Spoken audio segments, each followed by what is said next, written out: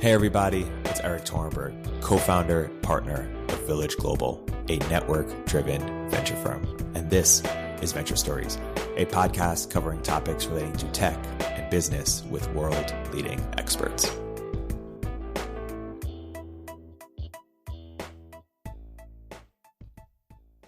Hey everybody, welcome to another episode of Venture Stories by Village Global. I'm here today with Parker Thompson and Noah Smith, and we're here to talk about labor productivity and a few other topics. And Parker, maybe you can start by giving some context for the conversation. You inspired me to read Cost Disease about a year ago, and we've been talking about some of the relevant concepts therein. Parker, you want to take it away? Yeah, as you know, my background is in venture capital these days, and I think a lot about the economy, right, and the companies that we're investing in and the sectors of the economy. And, you know, as you're looking at these things, you find puzzles in the world. And an interesting puzzle is there are these parts of the economy that continue to grow, right? Prices get higher and higher. And there are other parts of the economy where things get cheaper and cheaper, right? And so you look at these things, like, for example, my house, right? It was built in the late 1800s when we were much poorer. So to rebuild my house, and I looked into this because I was looking at the cost of earthquake insurance, would be insanely cost prohibitive, right? All the handwork and detail and done and so on. And you sort of say, well, gosh, why is that, right? We've got so much better technology. You know, we're so much wealthier. This is a puzzle, right? And so there's a related set of puzzles that are talked about in economics that I think relate to labor policy and should inform the way that we think about public policy, and also on the, you know, the venture capital side, where should we be investing to make money, right? So we kind of look at both sides. So that was a motivation for some of the conversations that we've had. We are, you know, fumbling our way through our world trying to figure out economics. So we brought in an expert to give us his perspective on this family of issues. And that expert is Noah Smith. I'm the expert? Oh, yeah. Shoot. I thought you'd found an actual expert. Yeah, you got to have all the answers here. All right. Well, labor productivity is basically just output per hour of work. Guess who has higher output per hour of work than we do? Countries where they make people work less, like France. So I guess that's an interesting place to start. So, like, why does that metric matter, right? Productivity per hour as opposed to aggregate productivity per worker or across the economy? Well, if we have more productivity per hour, it means that we can produce less in a given number of hours. So, you know, if we could produce everything that we wanted or needed in just a couple hours of work, party, we could have the rest of the day to mess around on Twitter and troll people on the internet. In fact, there's an interesting hypothesis. I haven't seen a single other person besides myself invoke this hypothesis or come up with it. So apparently it's original to me. And the idea is that if people are now using social media at work more, what that actually means is that productivity has been increasing faster than we think. In other words, we're able to do the stuff that we had to like work all day to do in like 1998 or 99. I was like to do 20 years before. We're now able to do we had to work like 8 hours a day to actually do that. Now we're able to work 5 hours a day. We spend the other 3 hours, you know, sort of jerking off on social media. Mm-hmm. And what that actually means is that we're actually a lot more productive, and we're just taking leisure at work. Mm-hmm. Yeah. So we're just doing it in a really dumb way as opposed to spending that time with our family and working a 6 hour day. Exactly. Yeah. So what I found, you can do a quick back of the envelope calculation. What I found was that if the amount of work we actually, like time on task at work, has been decreasing by 2 minutes per year since the year 2000, that explains 100% of the productivity slowdown in rich countries. In other words, if every 2 years social media tech gets better in a way that makes us likely to slack off 2 minutes of each day more per year, there has been no productivity slowdown at all. Yeah, well, so that would potentially explain productivity in jobs like ours, where we have these distractions in our phones and all of these things, but not necessarily in the Amazon warehouse, where it's very well understood where you're spending every second of every day. How do you think about that with respect to this theory? I just wanted to lead with that to say that we look at the aggregate productivity statistics, and there's a lot that could be messing those up, which is why I prefer to look at specific industries. Now, there are certain industries where some people say productivity has gone down and then others contest that, like healthcare. So if you look at healthcare and you look at the number of dollars generated per hour, it's actually gone down. But if you look at healthcare and the, sort of like health improvement outcomes generated per hour of work by nurses and doctors, that's actually gone up at a reasonable rate because health outcomes have really improved a lot. There's a lot of different ways of measuring productivity in the health sector. But when you look at construction, it's really easy. And construction productivity has gone down. And basically now it's more expensive to build the same house. It's more expensive to build the same mile of road, the same mile of train track than it was, 20 years ago, 30 years ago, or 50 years ago. And this is a scary thing, because what it means is that we're going to have really great cell phones and apps and, like smart TVs and stuff like that in ramshackle, falling down houses. So the classic sort of conservative argument for that would be like, oh, well, we just have terrible environmental laws and labor laws and so on and so forth. How do you think about explaining that shift in productivity or the decrease in productivity? Well, okay. So if you look at infrastructure construction costs, it's very easy to measure. You can say like, okay, a mile of train track in America versus a mile of train track in France, a mile of road in America versus a mile of road in France. We see that it costs us about twice as much per mile of stuff to build it. And yet France is not just, highly unionized, but also non-union workers, even in France, are covered under collective bargaining agreements. So they get the same, they get to benefit from the wage boost from collective bargaining. So basically France is unionized up the wazoo, and French construction workers actually get paid a little more than American construction workers. And yet it cost France only half the amount to build each mile of infrastructure that costs us. So it's not labor, and the conservatives are blowing smoke. What is the driver? The short answer is nobody knows, and a lot of people are looking into it. The long answer is it's probably a whole bunch of stuff. We have an extremely inefficient procurement process by which, sort of bids are made. We either have one of two bad systems. The first bad system is completely uncompetitive bidding, where you just have construction workers who are sort of friends of the government who always do it and basically and the government just like overcharges or allows them to overcharge a ton. Or even a big corporation, you can have this sort of long-standing relationship where you're essentially getting overcharged, which is bad for the company, et cetera, et cetera. But the other thing is that sometimes we have bidding, but basically it's just lowest cost. So whoever can do the thing cheapest gets it, but often that's extremely low quality, and then you just have to go build it again. The bidding process is one problem. Another problem is that because of our laws, we have a whole lot of regulatory reviews. In other words, if I don't like construction that's happening, I can file either an environmental or some other kind of challenge in most places. And that challenge can take years to go through, years during which the builder isn't making profit, has to retain staff, blah, blah, blah, and has to jack up the cost a hell of a lot. So that's another problem. A third problem is that when you're talking about government built infrastructure, our budgeting process is very uncertain. So we don't do a lot of long-term budgeting. Basically, it's always a political fight, and then sometimes budget gets cut, sometimes they get raised, blah, blah. What that means is that we don't do enough maintenance. And there's this sort of exponential curve where the longer you let things like roads go without maintenance, the exponentially more they cost to replace. There's land acquisition costs. We have a particularly difficult land acquisition process in the United States. Basically, there's a number of other things that it could be, and nobody's really sure quantitatively how much these things matter. Yeah, I'd be curious to understand how the procurement process, for example, differs in these places that have more efficient production of. Right. Oh yeah, it's a hugely important area of research.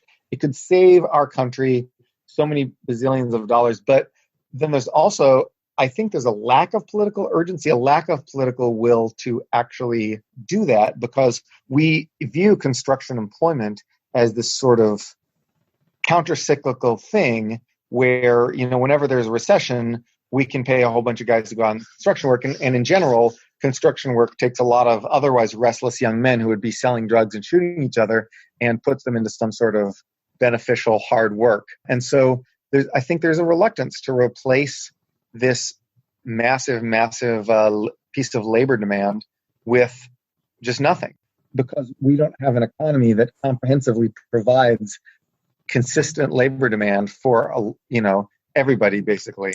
We don't maintain full employment. Construction work becomes this important way of soaking up surplus young male labor in a way that nothing else will really do. Yeah, I mean, what do you understand what percentage of the capital that goes into these infrastructure projects actually goes to labor versus, right? You got to buy a lot of steel. You got to buy a lot of. Our materials costs are not that high, so it's not materials costs. There are things like land costs. So there's when you have big delays that force the builder to take a loss, they will charge you more upfront to compensate for that risk, and that money goes into profits. So that goes into capital income, not labor. The short answer is no. It's really hard to tell, and that data should, in principle, be available, but so far isn't widely available that I've seen.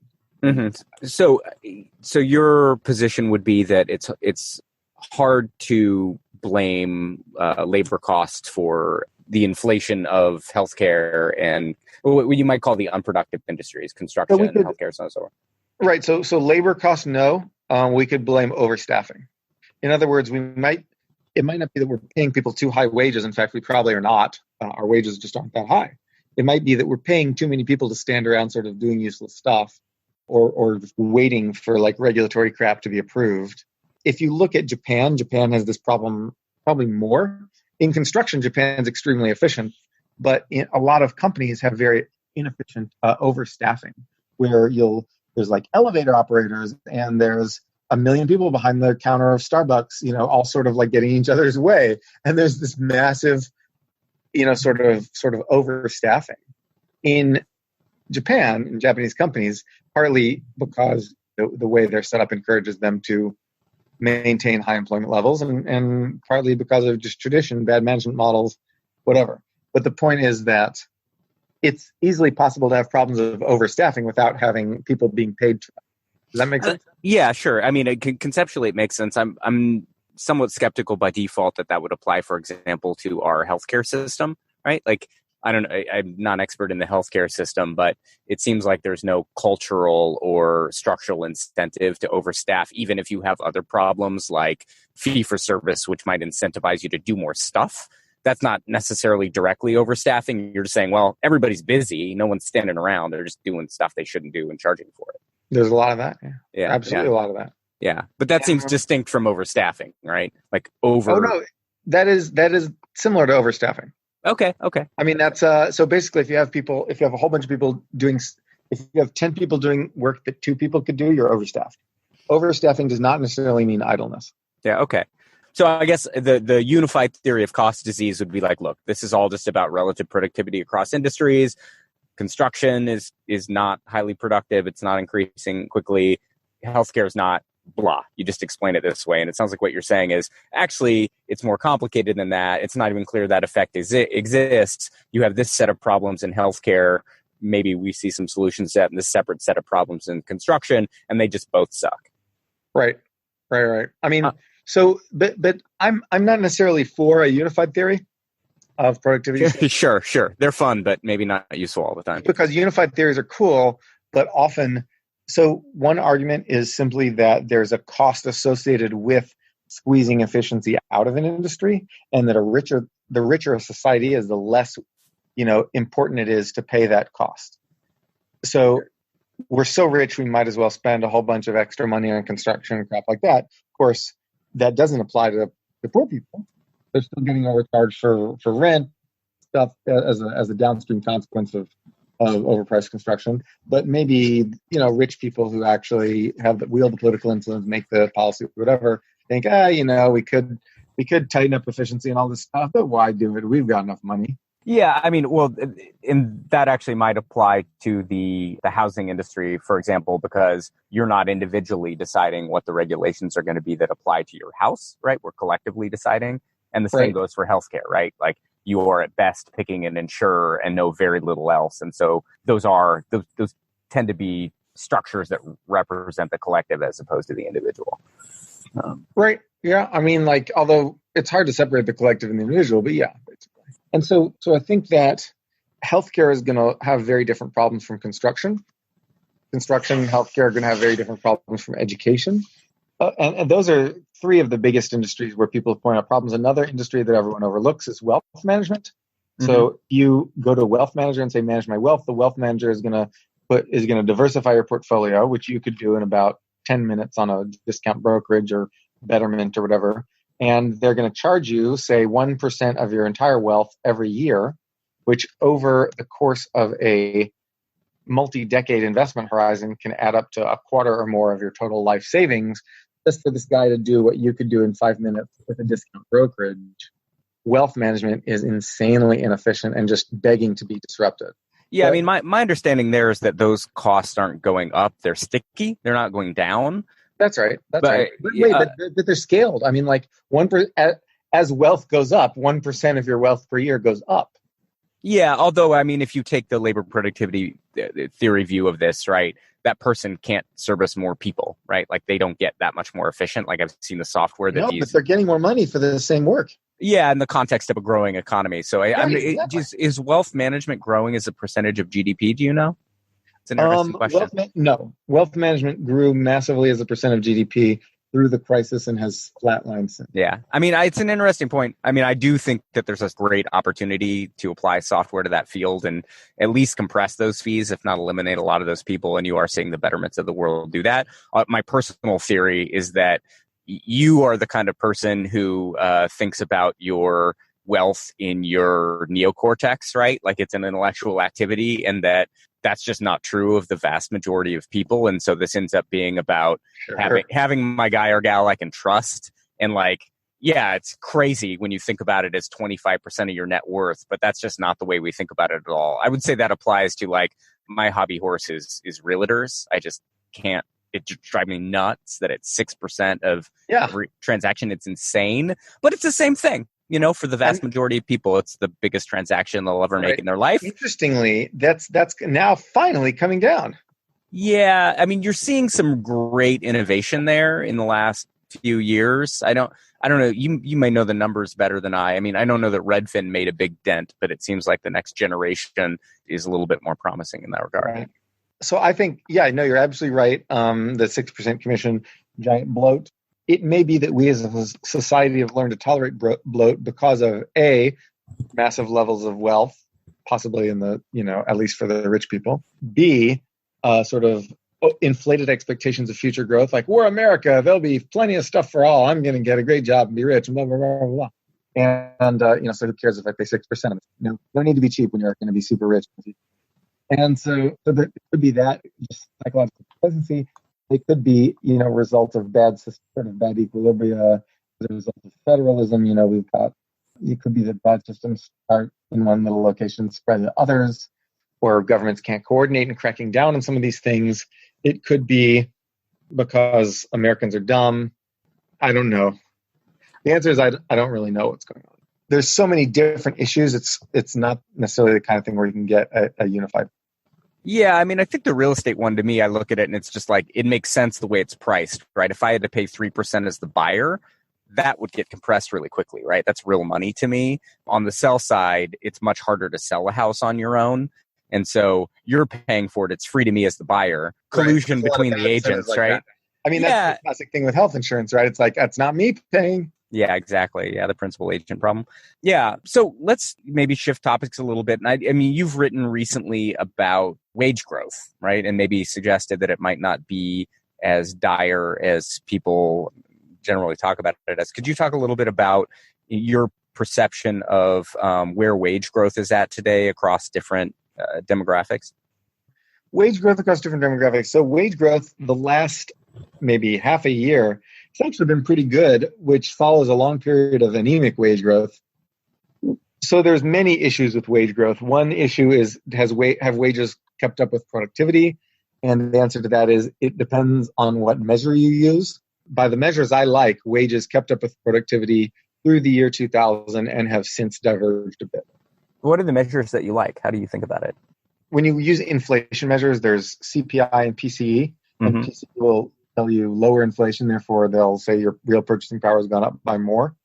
There's arguments for using both, but if you use PCE, it looks like wages have gone up more. A more important factor than that difference is actually whether you include benefits. So wages, cash wages plus benefits have gone up by a heck of a lot more than just cash wages have.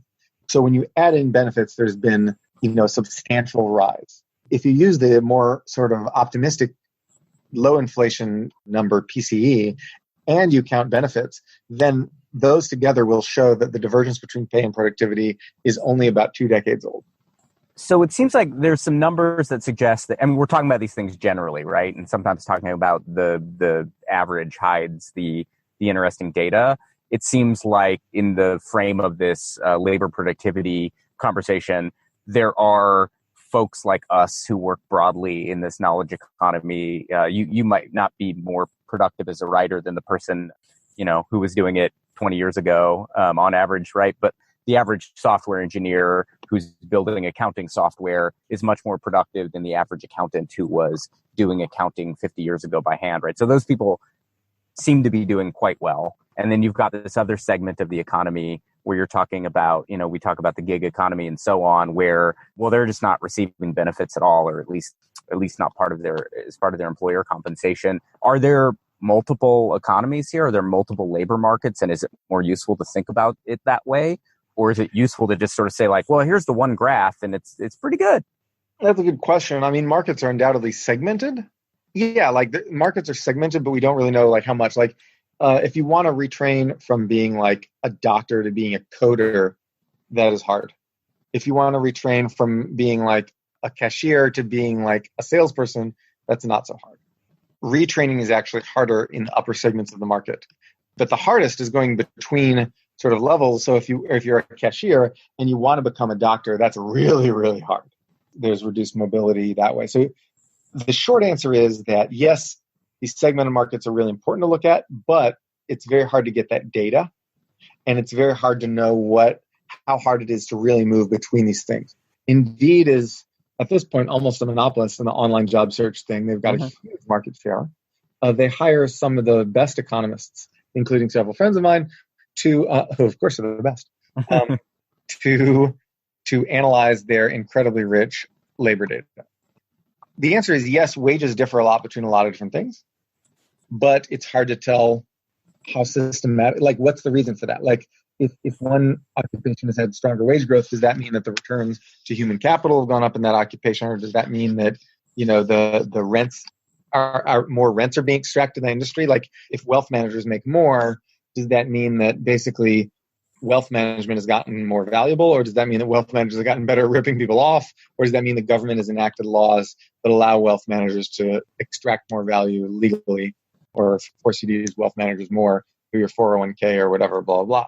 Well, I mean, I think what's interesting is to look at where those, like, okay, they're making more money, but are they living better, right? What's their standard of living? So I think doctors are an interesting example of this, right? Like a doctor, 50 years ago would have been relatively upper class, right? They would have been one of the richer folks in town, and they might have not even been taking insurance, right? They're just taking fee for service directly with you. And now it's not that great of a job by and large. You're sort of solidly middle class. And by the way, you've got all these loans because you were 35 when you got out of school. And it was just, you do it for the love these days. So it's interesting I don't know particularly about wealth managers. Anecdotally, it seems like the ones that I know are doing well relative to the doctors that I know. But it's not obvious that just, because their salaries are growing, their costs aren't growing as well to maintain the same standard of living. The difficulty, there's a couple difficulties, but there's one huge difficulty measuring standards of living from one time to another. And that is the issue of what people buy changes. Suppose that the price of milk goes up, and instead of milk, people start drinking orange juice. All right. Now, suppose the price of milk goes up and the price of orange juice stays the same. It used to be that almost everybody drank milk. The price of milk goes up and everybody switches to orange juice. Well, the question is this: how much worse off are they? So one argument says, well, they're less able to afford milk, so therefore we're going to keep a fixed basket of what they buy. We're going to say, since you can't drink as much milk as you used to for the money, so therefore prices have gone way, way up. Another says, well, you switched to orange juice, so you actually must like orange juice pretty well. let's try to estimate how much you like orange juice relative to milk. And let's assume that the fact that you switched to orange juice actually made it so your standard of living hasn't actually dropped that much from being forced to switch from milk to orange juice. In that sense, we'll say inflation's pretty low. So I mean, is that the CPI basically? Well, in general, the PCE will allow more substitution between things. So the PCE will allow more of changing weights. So it takes into account substitution effects more. With PCE, you're more likely to say, oh, well, actually, you're fine because now you still got orange juice, and that's not very expensive. Yeah. And the CPI is more likely to say, well, look how expensive milk got. You're screwed. So I'm curious, like broadly, it seems really hard to figure out how to think about things like, well, I've got a much better TV than my parents, and they had a much better TV than their grandparents. You maybe want to think about those things, right? The effect of technology on standard of living. But and they try to do that, by the way. So we know our TVs are better. What they do is they try to make hedonic adjustments.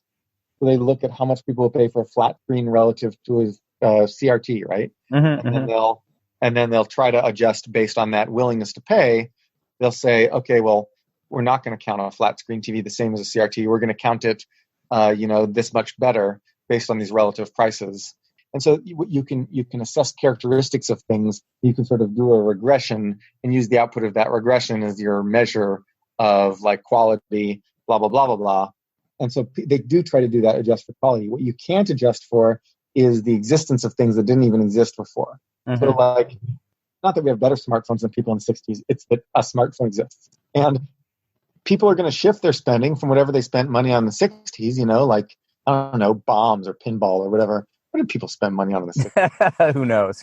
Beatles records. Acid. Lots of Beatles records. Yeah, like Beatles records. And now smartphones. And you switched, and you can't do hedonic regression because you can't just say, all right, well, smartphones are this much better than Beatles records. Because who knows? Like, you don't know. And so you have to, that's one of the most difficult things. But then, of course, the criticism of this is if you assume that new technology is really, really great, if all the old stuff, if you used to have really cheap like healthcare and education and housing, and then those all get more expensive, but now you've got super cheap smartphones and social networks and like, I don't know, like meme generating AIs, and you like spend all your day in your tiny little tumble down shack, letting your diabetes slowly eat your body to death with only a high school diploma because college costs too much. But you're on Twitter and you're having a really great old time trolling people on Twitter. You're actually happier than a well-fed, well-housed, well-educated 60s person would have been. Like, is that utopia or is that dystopia? Mm-hmm. That fundamental question drives which inflation measure we should use, which drives whether we think real wages have increased or not. Did you have what's your perspective? What's the answer? I don't know. I mean, it's very fashionable to make fun of the book Ready Player One. Uh-huh. When it came out, people liked it. Now people hate it, probably because the author is a big doofus. But I thought Ready Player One was this sort of like dark, this cheery, goofy young adult novel. I thought was this dark, haunting satire because everybody's living in like shipping containers, like in shacks, basically. And they are all playing the most amazing MMO you could ever imagine. And so everybody's living their whole life in this virtual MMO while the world falls apart around them. And to me, this said, you're not as rich as you think you are from these virtual gadgets. And it's a dystopia. You step back and you look at it and you say, this is a dystopia. So that's kind of why I like Ready Player One. And you have to ask whose standards. Like if you grow up with a smartphone and without Beatles records, then your tastes are different than someone who came before you. There's the old adage that kids can have fun playing with a cardboard box. Mm-hmm. Right? It's true. Like if we all had cardboard boxes and we're all like kids and all we wanted to do was play with the cardboard boxes, GDP would be really goddamn low, but our standard of living would be really high. Yeah, well, I mean, GDP itself seems very narrowly useful. I think really it's more interesting, and the question I had for you was more around, like, what are the best ways to think about and measure this, right? Because it seems like there's a diminishing return to a flatter, thinner TV. And even with healthcare, we live longer, but much of the cost happened at the end, and end-of-life care isn't necessarily that much better. So some of us survive cancers that we wouldn't have otherwise. But it's not obvious that healthcare is improving as fast as costs are going up. And so I struggle just to think about how to measure these things and answer the question, is it getting better? So I'm curious to circle back to labor. I'm curious how you interpret the growth in, at least in the US, and maybe we could contrast this to other places, in the freelance economy, right? We talk about the gig economy, but it actually seems at the higher end like this is a broad trend as well, right? Like it's not just people driving Uber who are freelancers. It's, across the knowledge economy as well. Like what do you think of as the motivations driving this? And is it broadly a good thing, broadly a bad thing, somewhat mixed? I would say that the gig economy is tiny. Do you know what the stats are on freelance work in general? Because I feel like I don't want to quote the numbers, but I feel like I saw them and was shocked how large a percentage of Americans don't get a W-2. Yeah, absolutely right. So what's happened is that we've fragmented the company. Gig economy kind of stuff where you're just like, constantly looking for your next gig is very rare. However, having clients and, like doing contract work and contracting out is incredibly common now. So those are two different things. Often those contractual relationships are very long-term relationships. And that makes it basically like being an employee, except without a lot of the legal protections that we developed for employees over the years. But, do you think that's a pretty compelling explanation of this? It's a way for businesses to shed cost and shift those onto the worker, and reflective of the power of the corporation vis-a-vis the worker. And that's just kind of the end of it. I think a lot, like the short answer is I don't know. This is the fragmentation of the corporation into, sort of like webs of relationships of like outsourcers and consultants and contractors. That whole thing, I think I don't understand that well yet, and I need to understand more about it. But it's a very important and powerful shift. I need to understand what laws made that happen. Well, it may not be laws. For example, there's a technological explanation for this. Exactly. What technology has made that happen? What cultural things have made that happen? My hobby horse theory would be that communication technology has made it much easier to form these relationships. So they may end up being long-term, right? But discovery was a much harder problem when it was newspaper ads than when we're on the internet. So both social networks and non-familiar relationships are easier to form. And so it's easier just to... Well, that's right. That's the obvious reason. But then the shift toward outsourcing and contracting started long before the tools were in place to contract and maintain business relationships over the internet. Yeah, totally fair. And maybe like 2 decades earlier. And so would the shift have gone as far and as deep with not for the internet? Almost certainly not. But the fact that the trend started then means that we might want to look at changes in how companies finance themselves, how changes in executives are compensated, how changes in, and some of those go back to legal changes, and some are just sort of cultural changes. There's a lot of stuff going on here, and I can't say just off the top of my head, it's technology, it's the internet, and wave my hand. Sure. Do you know, are there parallel trends in other countries, or a complete lack of them that would give us some insight into that, right? Like, does Europe look somewhat this way, or it's just like these are unique? Yeah, somewhat, but much less. So if you look at other rich countries, or at least like in Europe and East Asia, it's happened less. The fragmentation, but it has happened some. It absolutely has happened to some degree. It's more common to see offshoring than domestic outsourcing and contracting in a lot of those countries. A lot of those countries, basically the companies had to wait until the cost penalty they were incurring for doing things in-house was so huge that they basically had to send stuff overseas, especially to China. That's interesting. So a big topic in, VC land and technology land is this idea that, in the past, technology has always come with new jobs. Now we have AI, we have robotics, yada, yada, yada, and we're going to end all the jobs. I know it's hard to predict the future, but how do you think about this conversation? How would you evaluate the claim if you can? What data would you look at to think about this? So for example, one way to interpret the tiny gig economy and the broader 1099 economy is a softening in demand for labor, particularly on the low skill end. And that's a leading indicator, despite high employment, of the effects of automation. Or you could say that's just a dumb idea. That's not the way it works, and we're going to be fine. Like, how do you think about this project? It's hard to tell, because what is automation? So automation isn't easily measurable in data. So some people have said, okay, well, look at industrial robots.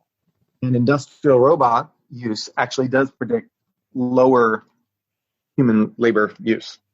And people say, well, that's an industrial robot, so this very narrow definition. You have to have like an articulated like machine that does specific physical processes and blah, blah, blah.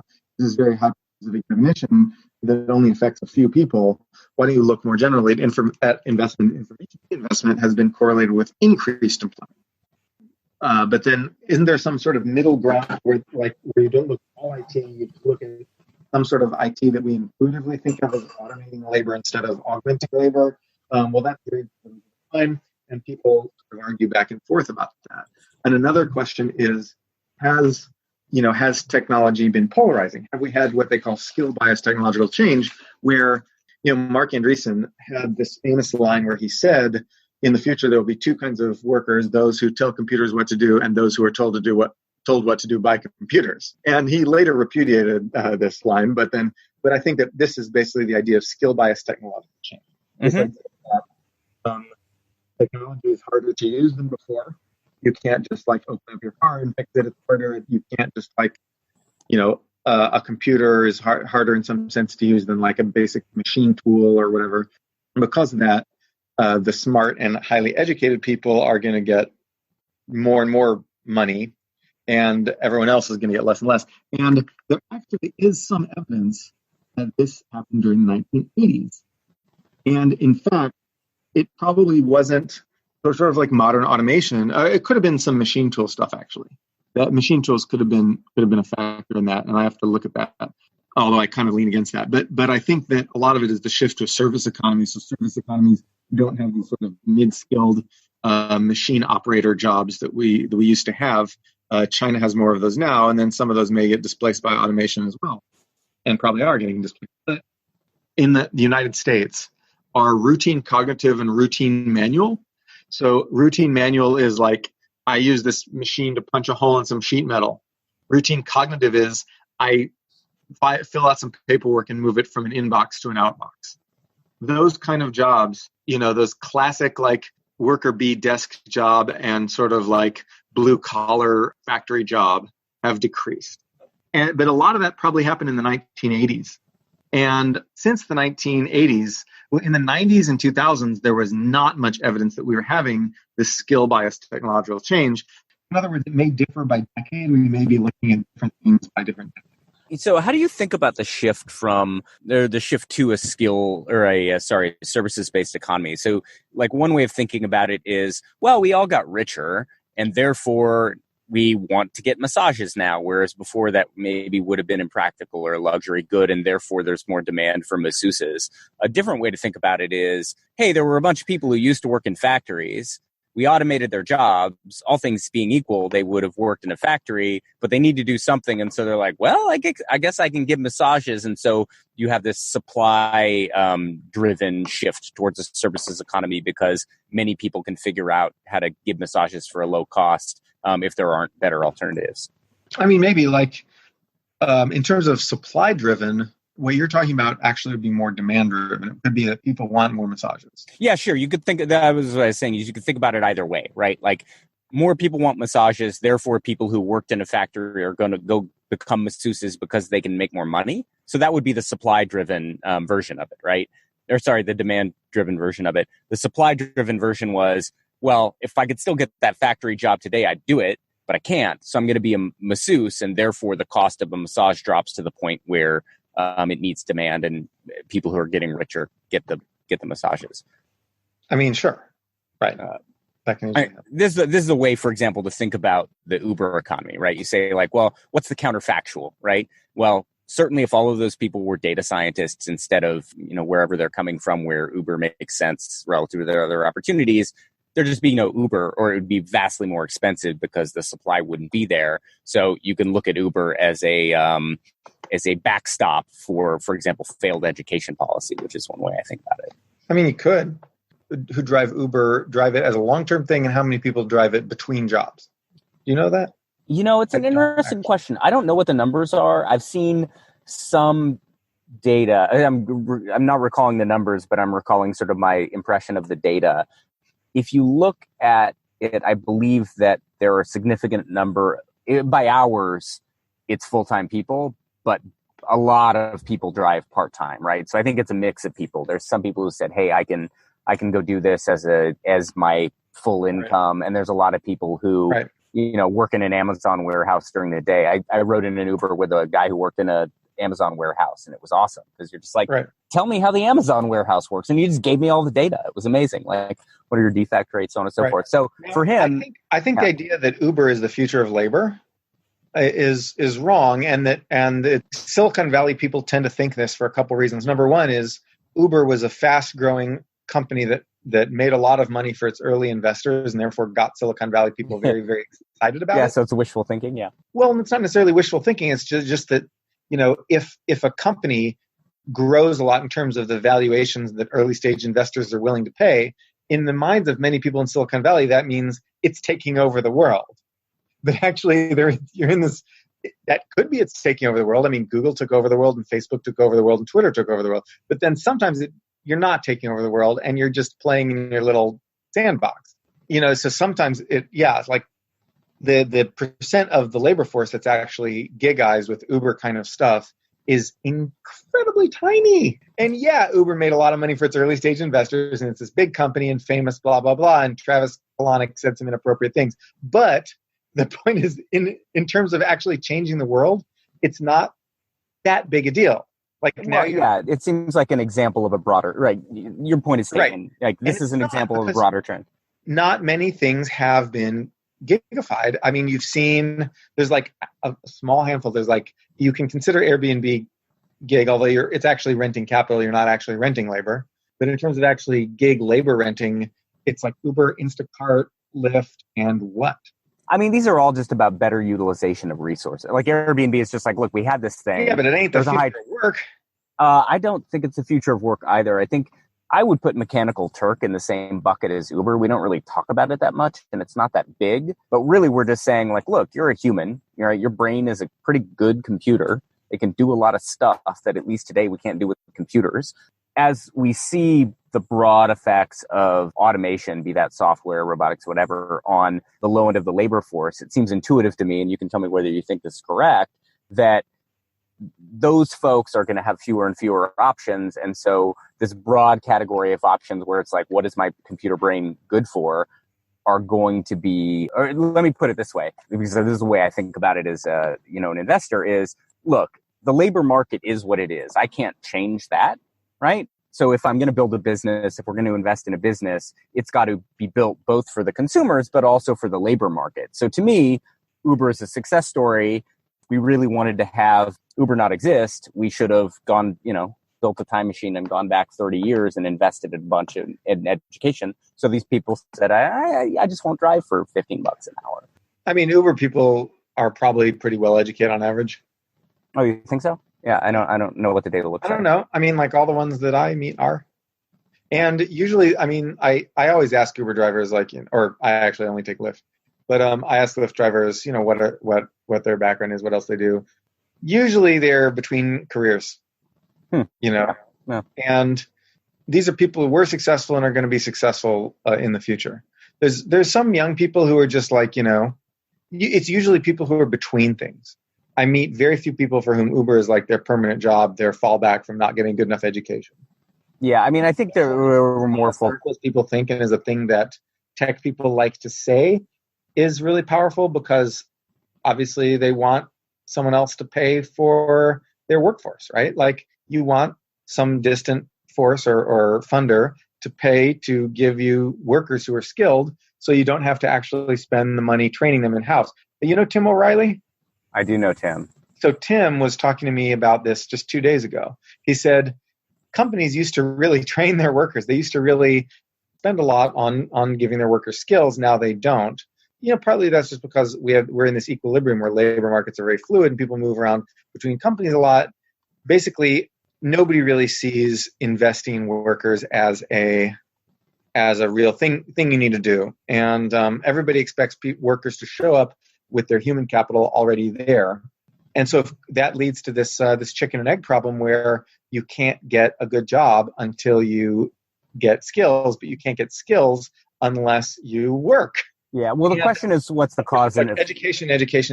But schools aren't going to teach you the specific job skills you need. Yeah, that's true. I think that's often very true. I think the question is where's the cause and effect there, right? Do we switch jobs because our employers aren't investing in this long term, or are employers not investing in this long term because we switch jobs so frequently, right? You have the same bad problem. Equilibrium. That's the cheap ass economist get out of jail free card. I don't have to say which is cause and effect. Yeah, exactly. Yeah, they cause each other. We're just maybe we don't know, right? Like it may be that they cause each other. It may be that there's a vicious cycle. It may be that one is the cause and one is the effect. I'm not sure. There's an answer in my world. I get a get out of jail free card, which is, look, you got a startup. You need to hire some people. I need them to be productive today. I actually am going to be dead as a company if I'm not haven't figured this out in a year. I can't build a time machine and go back and train the people that I need to hire today.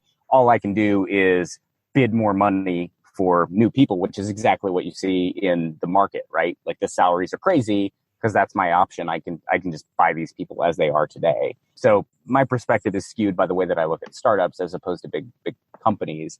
I'm sympathetic to the big company problem of, well, it's just more rational for me to buy this talent than it is to... It would have to be a ridiculous human rationality failure if training workers were actually super valuable and no one does it.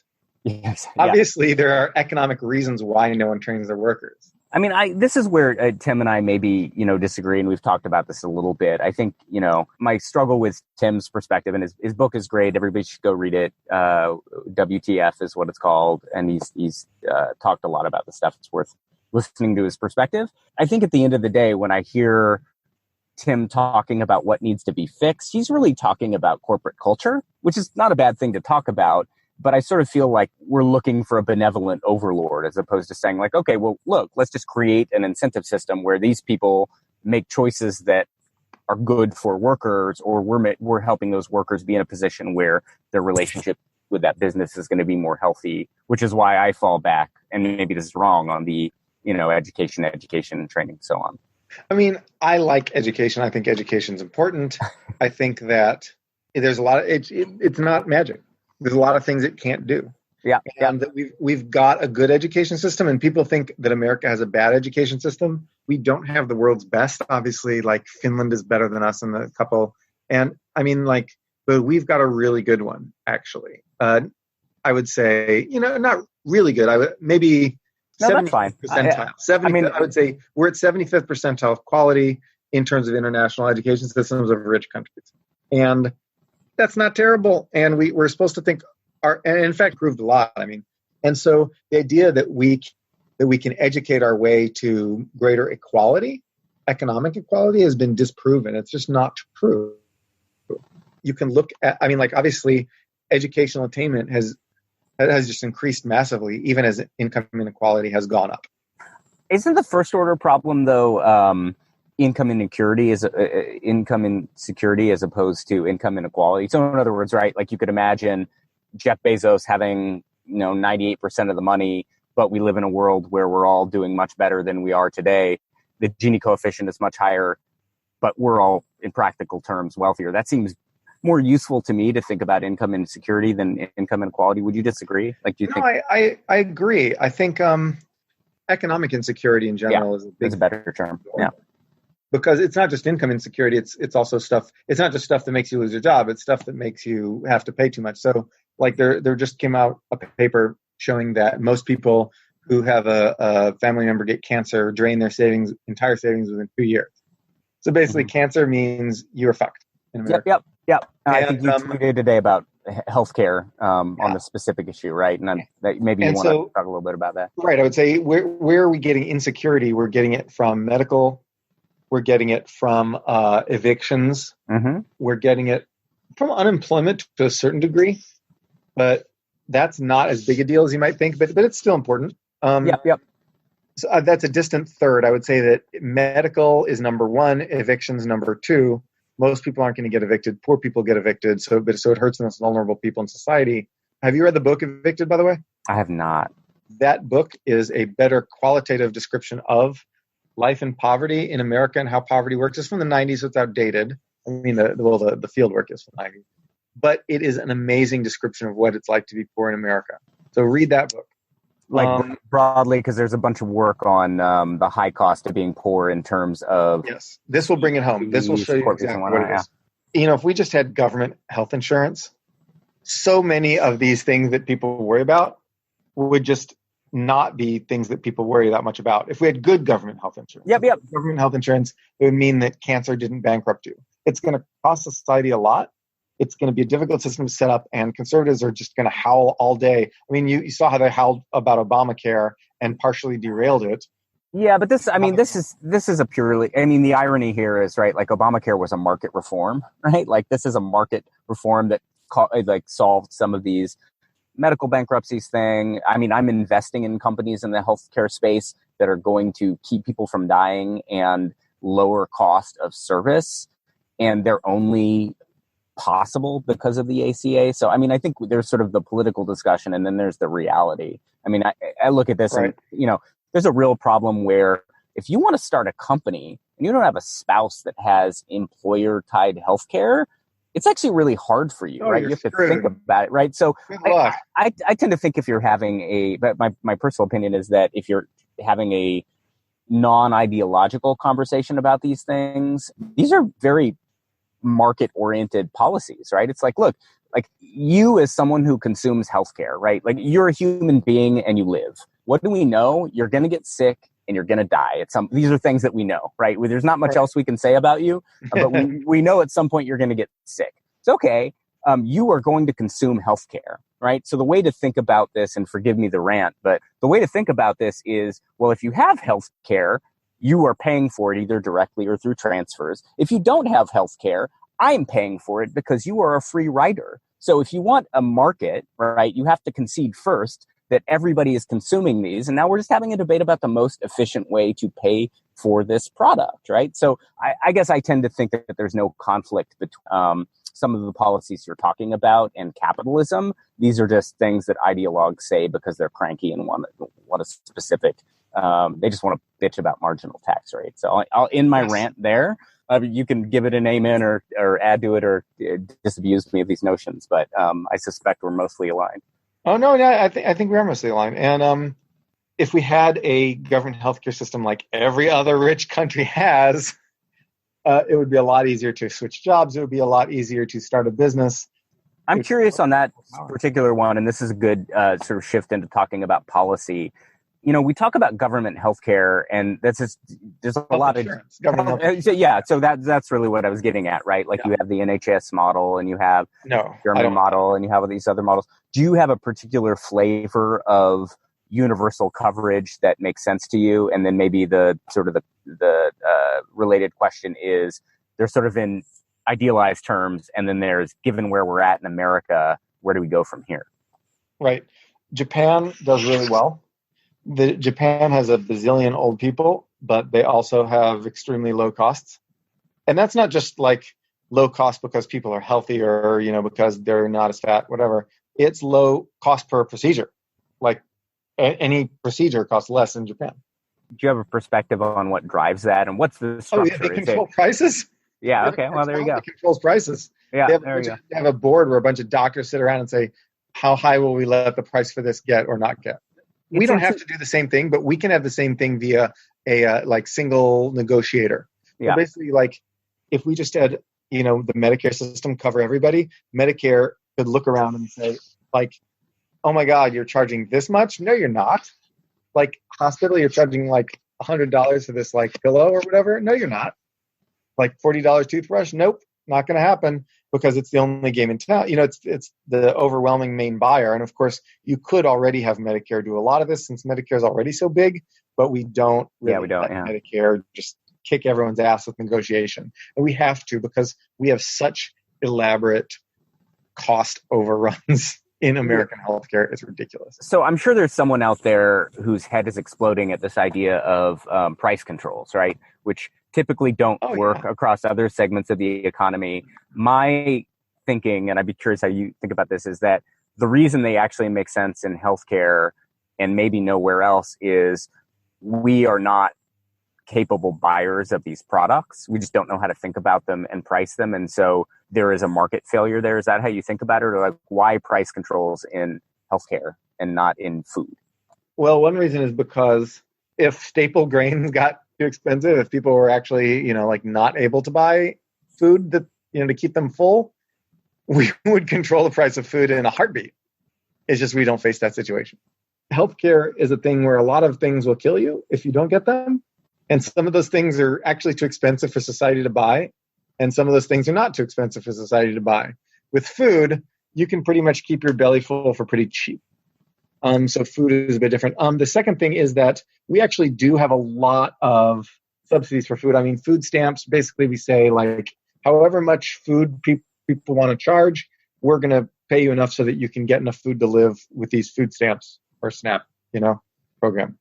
And that's a single payer thing. So obviously we do have massive intervention already in the food market.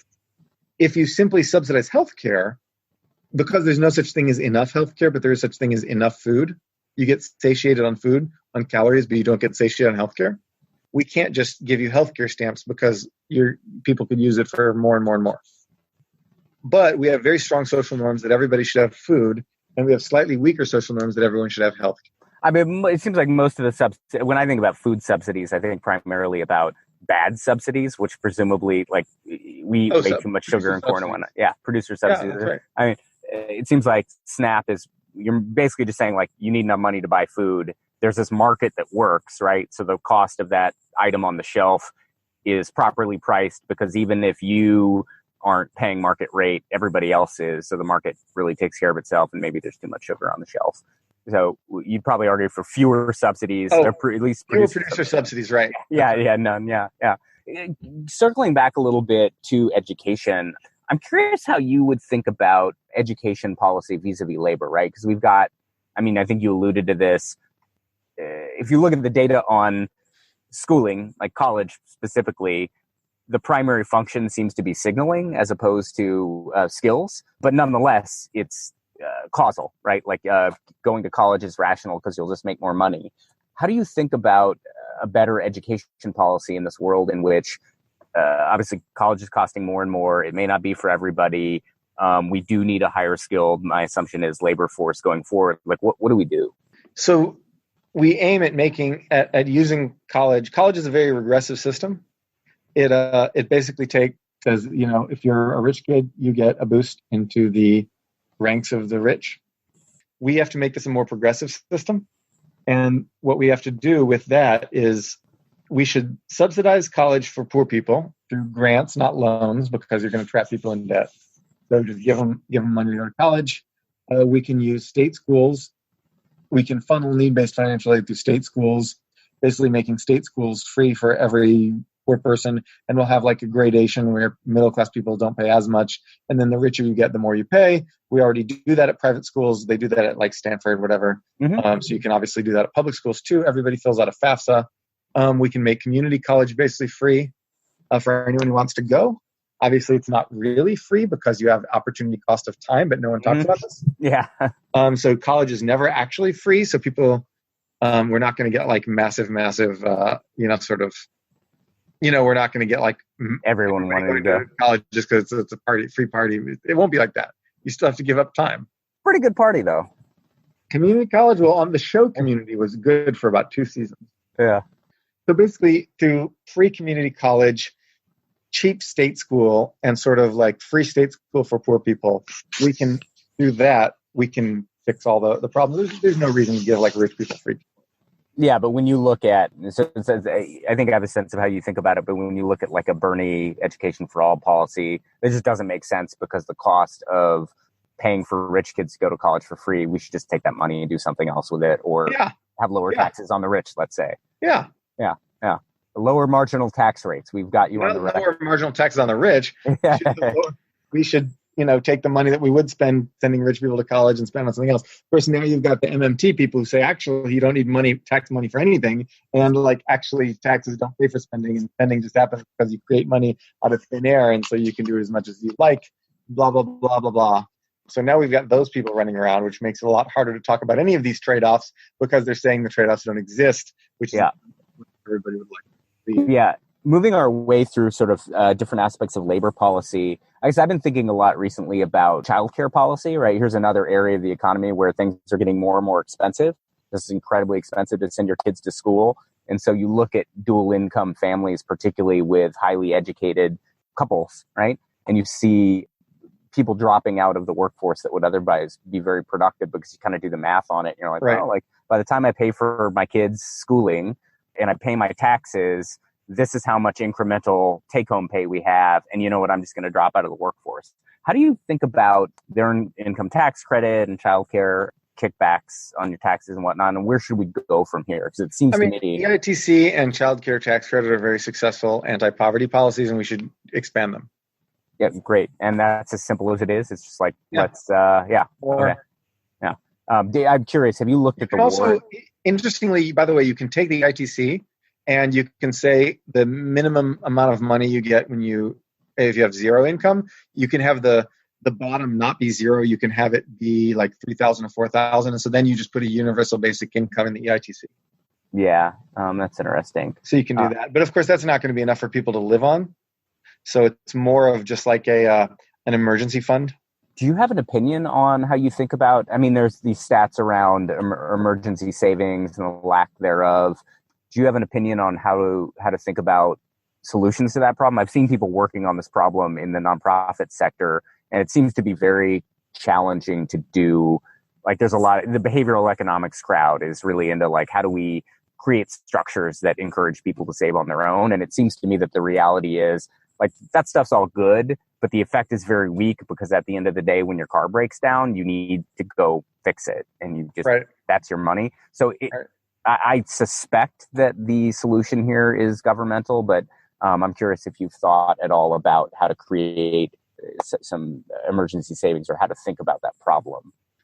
Well, if people don't want to do emergency savings, it's going to be very difficult to do it for them because we can set up an emergency fund for people, but they're just going to tap it.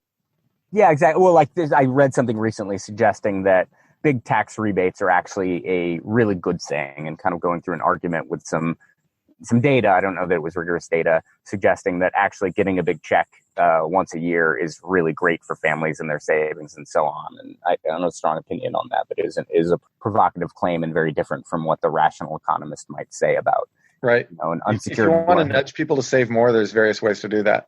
Yeah. That's one of the most interesting fields of behavioral economics. Yeah, I'm curious how you think about behavioral economics in general. And I think, like a lot of folks, I got very infatuated with it and went through the research. And I think it does inform how I think about behavior and technology and so on. But I'm less infatuated with it than I was years ago. Do you think this field is like, this is the hot shit and we should be all... Actually, it's the hot shit in macro, interestingly. So macroeconomics was long resistant to behavioral, and now they're starting to incorporate some things. But of course, macro is the field where nobody really knows what's going on no matter what.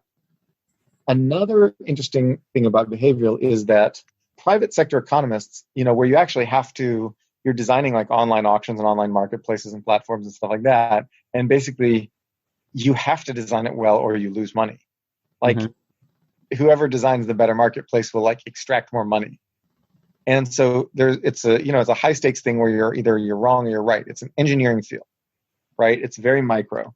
And people I knew in grad school who were extremely like against behavioral economics and were like, never want to use behavioral. Like they're at Amazon, they're at wherever, and they're using behavioral now. Like sometimes behavioral works. And of course, the cynical view is that behavioral economics is actually useful, but as a tool of evil. If you understand behavioral economics, you actually understand how to swindle whole marketplaces full of people at once. Yeah, well, these are tools are, I tend to think about it as a zero-sum game where if you discover a new behavioral insight, it will be useful to those who want to convince you to do something that is in their interest. And it may be useful to you if you want to help that person make a decision that's in their best interest, right? So it's like these tools exist. People will use them to convince you to gamble more or spend more or whatever. And jury is out. I think the problem in protecting you with these tools is more about how you get access to that consumer, right? Because the person who can profit off of getting them to make a decision can spend money to get to them. And if you want to get them to not spend money, it's very hard to sell vegetables. There's a lot more ways. If we think of like the natural market outcomes as fair, then behavioral economics is definitely cheating. Because someone selling you stuff, someone who has time to like sit there and be rational and take a long time to think about how to trick you is more powerful than you. And so behavioral economics is often a tool of the powerful to swindle people. However, economists and academics doing behavioral economics might be able to find those swindles and help guard against them with either laws or just like human behavior. Yeah, well, a good example of this is the policy to set the defaults to be opt-out versus opt-in for 401ks, right? That's a good example of policy. Right. Policies to like show people wealth management fees in like a sort of a projected total amount instead of just a yearly amount. Yep. Yeah. That's the one I want. Nobody wants to do that. But I want. Yeah. Well, this is the challenge with policy problems is you've got to get the laws passed or policy solutions rather. So I just wanted to talk a little bit more through some policy areas that affect labor and jobs. And then maybe Erik wants to jump in with some other topics, like setting aside the non-green part of the Green New Deal and understanding that this is a broad thing and not necessarily a precise set of policies yet. Well, what's in that bucket that you think is compelling more from a jobs perspective rather than like a stimulus perspective? I think that's more straightforward. We could just spend money to stimulate the economy. But to me, I'm more interested in like, how do we create sectors of the economy that actually have sustainable employment? And how do we create a technology advantage vis-a-vis other countries that might be investing in these areas such that we build those things here? Yes. So if you have basically, you build a great infrastructure, you subsidize a lot of research, you've subsidized exports of green technology, which is a thing I want to do that wasn't in the Green New Deal. And basically you have, you sort of create automatic demand for a lot of these things by mandating replacing coal plants with solar and blah, blah, blah. And you're going to create a lot of jobs. You're going to create jobs directly through like the people who build the infrastructure. You're going to create jobs indirectly through the jobs facilitated, the companies and economic activity facilitated by that infrastructure, assuming the Green New Deal doesn't manage to convert our economy to a socialist economy that doesn't actually have private sector jobs. We'll see. Yeah, no, you basically, there's a lot of different ways that this kind of big effort would create jobs. They're not mutually exclusive, but how do you think about pricing the externalities of carbon as a broad policy versus some of these very specific subsidies, right? Because eventually at scale, these technologies the market just works and you don't need to subsidize them. But you could also... Carbon tax is good, but there's a big problem. What you have actually here is two externalities, not one. And the second externality is the research externality. The fact that private companies in general will not pay enough money to develop a technology, even if you have a carbon tax there as the incentive to do that. I guess I don't understand, like, why. What's the explanation for that failure? I'll explain. Suppose that like we're not talking about anything with a carbon externality or whatever. It's just like a better way, like a better communications technology, the internet. Companies back in like 1980s didn't really have much incentive to create the internet. They wanted to create closed information networks they could dominate. Yeah, the information superhighway. They wanted to create private databases, basically. Nobody could capture the value. No company could capture the value of the entire internet because we didn't have Amazon and Google. No, I'm kidding. No company could capture the value of the entire internet because everybody else could jump on this platform and use it. And like you could charge everybody, you could charge a toll. You could have one person like create an internet that everybody else could use, but not be able to. What you would do is you choke off a lot of the value that would be created through people who basically couldn't afford to pay your toll. But so this is you get this with road systems too. You see toll road systems basically don't generate as much economic activity because you can't set your toll to capture the economic value of third parties doing a whole bunch of stuff. Yeah, I mean, I'd like to apply it to the kinds of technology we're talking about, but maybe to push back a little bit. No company would create the open, cheap, free internet. No, that's totally true. Now. And obviously, not only wouldn't they, but they didn't, right? So historically, we can just say it's a fact that this came out of government research. And okay, so let's talk about pure research externalities, right? Suppose I discover the formula for penicillin, right? Massive value for antibiotics, right? Like they've created untold value. But someone else hears the formula. I can try really hard to keep it secret, but someone else is going to find it, right? They found out how to make nuclear bombs. They're going to find out how to make penicillin. Someone's going to get the idea. And once they know the idea, the amount that it costs to duplicate that idea is negligible compared to the amount that it costs to find the idea. Sure. I mean, that's like patent systems and blah, blah, blah, and heavy industrial secrets apparatus, blah, blah, blah, to try to stop this. But at the end of the day, the most efficient thing to do is simply have government have some smart guys and gals in rooms just looking for. Yeah, I mean, look, I'm compelled by that with respect to basic research. I think that's right. Look, like there are timelines. Less so. Yeah, I mean, I would look at the internet though, particularly. Although look at what DARPA's done. Look at what DARPA's done. Yeah, so DARPA's done. I think there's some really interesting things government can do that aren't done by industry. To me, that's, the more it looks like basic research, the more that's obviously true. I think the interesting case of the internet is like, we don't know yet if the blockchain is going to matter, right? But an interesting property of the modern era, which I think has been really, it kind of came and it went, was this the sort of the Clay Shirky idea of the cognitive surplus, right?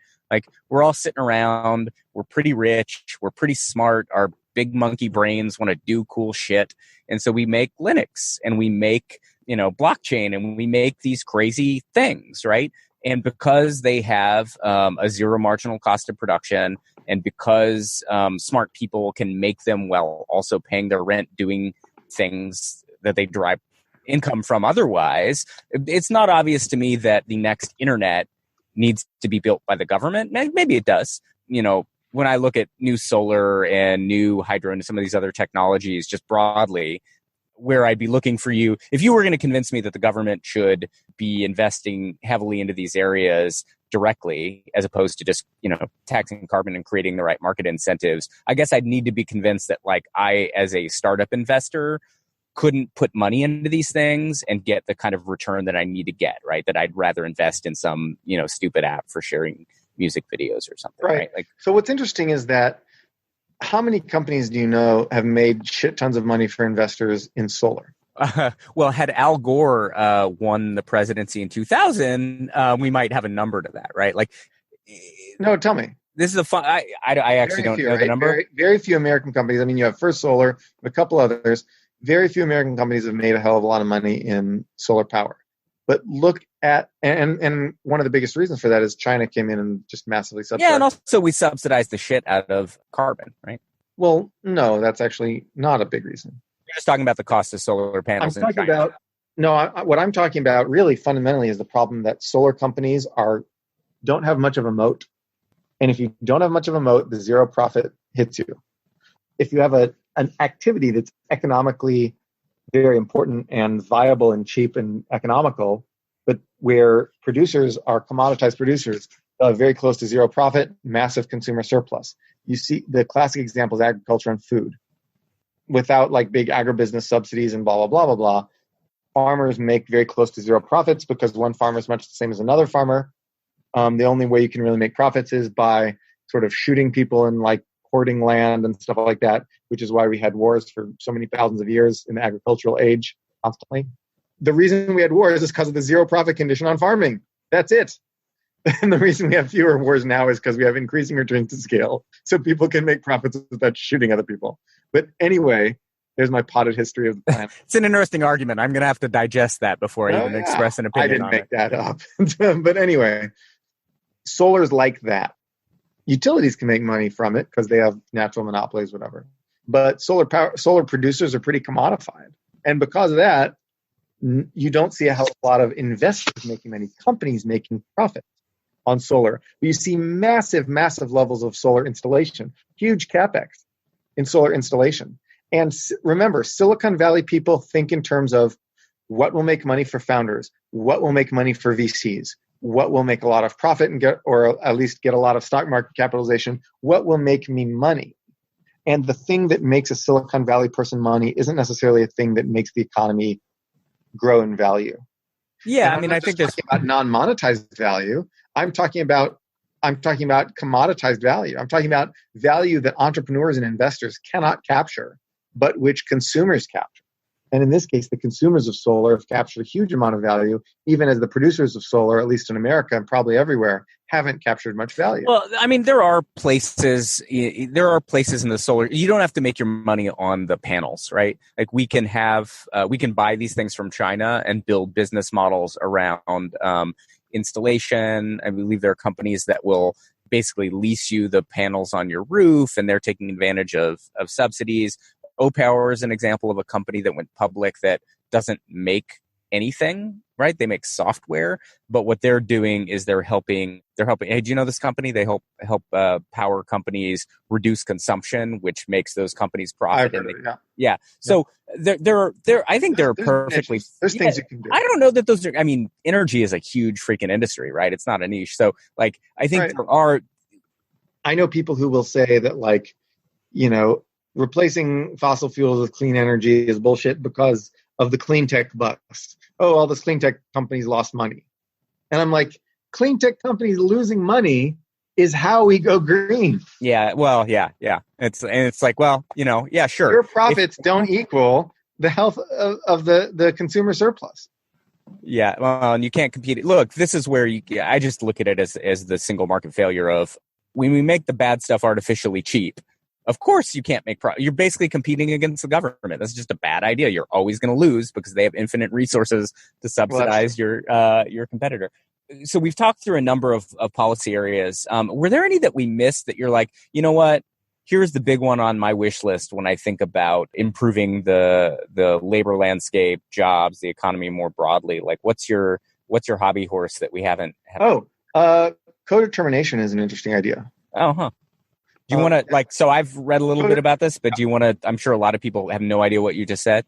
You give workers seats on corporate boards and you create workers' councils. So basically workers have more of a stake in the corporation. You insist that every company be partly, but not completely worker owned. Workers have a minority stake. So basically you insist that you reserve some percent of the company board seats, corporate control, not ownership, for workers, give them 30% of the control, whatever, and then you sit and although one thing this does is allows them to vote themselves higher wages, but they won't necessarily vote themselves so high wages that they screw the company, right? Because they don't want to screw the company because they have an interest in working for it in the future. They don't want to send it under. And there's a big deal in Germany, right? Where it seems like a crazy idea. I think a lot of people are, it works in Germany. Yeah. And the other thing is that actually, workers know a lot about the internal workings of the corporation, have a lot of input into how to make companies actually more productive. And so instead of just sort of hearing about everything filtering up through the management chain, you get direct worker input to the boards on like what kind of things would improve production efficiency. And do you think that the Warren plan on this is that the gold standard, or is her it's not the gold take standard, on this actually. bad? It's fine. It's good, but it doesn't include the worker councils. It includes the board seat part, but not the councils. Mm-hmm. So I would add the councils. And that the idea there being that would be better for worker pay and corporate health. Yeah, worker pay, sort of employment levels. Yeah. And do you think about this, how do you think about this vis-a-vis traditional unions? Is this a better structure? Or this is just a structure we can have in a world where unions just don't work at all in America? About unions, it's very complicated, and I have a lot of complicated things to say about that we don't really have time for. But I do think unions will have a place, but I think that this system will in many ways supplant the traditional sort of oppositional, strike-based, sort of hardball negotiation-based, zero-sum fights between management and unions. And instead, you'll have a more cooperative relationship between owners and managers and workers. And that's what we really need. That's interesting. It would be interesting to see how those ideas would play out and see if some of the challenges with unions would just redevelop, or if you could create a better structure. I actually don't know that much about the Germany model. It's on my list to go read more about, and maybe listeners can look into this stuff as well. Yeah, so we've sort of alluded to some of these or some of the broad problem, and and effectively this is the idea that, look, if you have productive industries and unproductive industries, so say industries that are affected by software and to some extent hardware, and then industries that just aren't, right? Your wealth manager isn't getting more productive. My child care provider can only take care of 4 kids, and I don't imagine us replacing that person with a robot. Are we moving towards a world where these differences in productivity increases, making the cost of these service-based, low-productive industries so high that we either have to solve those things with software and automation, and so we can all just kind of hang out, or have progressively more transfers until everybody either works in one of these service industries or is one of the 3 people who owns the capital that controls all the software, right? Like, in other words, do we need a call to action on going and attacking construction and healthcare and so on and so forth, such that we don't end up in this, what I think conservatives would call the hellscape of, high marginal tax rates and transfers just to deal with the fact that we need to afford services? It's a long-winded version of the question. I apologize. It seems that as software is eating parts of the world, that's pushing labor just definitionally into the other parts of the world, right? So realm of cost disease.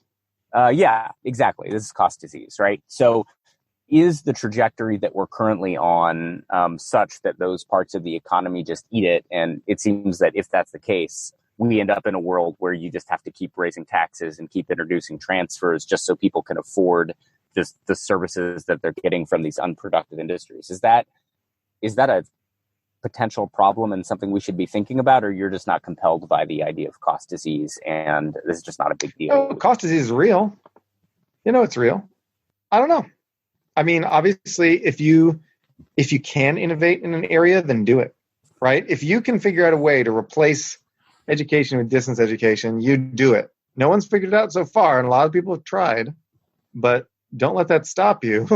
I have some theories that are out of scope for this podcast, but on another day we can talk about that particular problem. I basically think the framing of the problem is wrong. We just need to think about it in a different way. But I wouldn't worry about this too much. If everybody ends up getting paid to read each other bedtime stories and that's all we do, it's fine. All right. Well, that's good to hear. Guys, it's been a fantastic conversation. Thank you so much for both joining. If readers want to learn more, where might you point them? Any reading you think they should, or conversation they should listen to continue their learning in this topic? Go to the Washington Center for Equitable Growth and read everything the Washington Center for Equitable Growth puts out. Okay. Take care, both Parker and Noah. Talk to you both soon. Great. Awesome. Thanks, guys. Thanks.